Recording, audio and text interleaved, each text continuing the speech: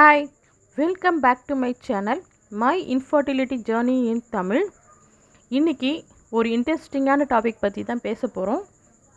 என்னென்னா ரொம்ப நாளாக கவர்மெண்ட் ஹாஸ்பிட்டலில் ஐவிஎஃப் ட்ரீட்மெண்ட் இருக்கா வந்துடுச்சா, நான் ப்ரீவியஸாக போட்ட வீடியோ நிறைய பேர் பார்த்துருக்காங்க.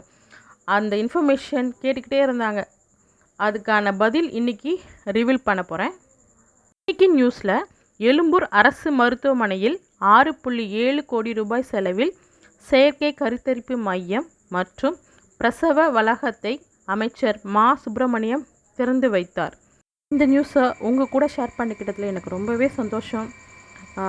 நிறைய தடவை ஐவிஎஃப் ட்ரீட்மெண்ட் எடுத்து ஃபெயிலியர் ஆனவங்க, ஐவிஎஃப் ட்ரீட்மெண்ட் எடுக்கணும் பட் மணி பிரச்சனைனால தள்ளி போட்டவங்க எல்லாருமே இப்போது இந்த நியூஸை பார்க்கும்போது ரொம்பவே சந்தோஷப்படுவீங்க. ஆமாம், நானுமே ரொம்பவே சந்தோஷப்படுறேன்.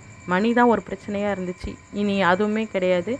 நீங்கள் சென்னையில் இருக்கீங்கன்னா கண்டிப்பாக எழும்பூர் மருத்துவமனைக்கு போய் உங்கள் ட்ரீட்மெண்ட்டை நீங்கள் ஸ்டார்ட் பண்ணுங்கள்.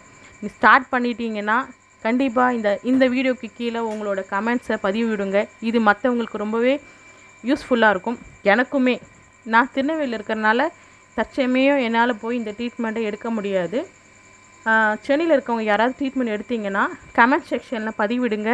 இது பல பேர் சென்றடையும். நான் போன தடவை எழும்பூர் ஹாஸ்பிட்டலை பற்றி போட்ட அந்த ஒரு வீடியோ நிறைய பேருக்கு ரீச் ஆகிருக்கு. இந்த இன்ஃபர்மேஷன் புதுசாக அவங்க பார்த்துருக்காங்க, அவங்களுக்கு ஒரு நம்பிக்கையை கொடுத்துருக்கு.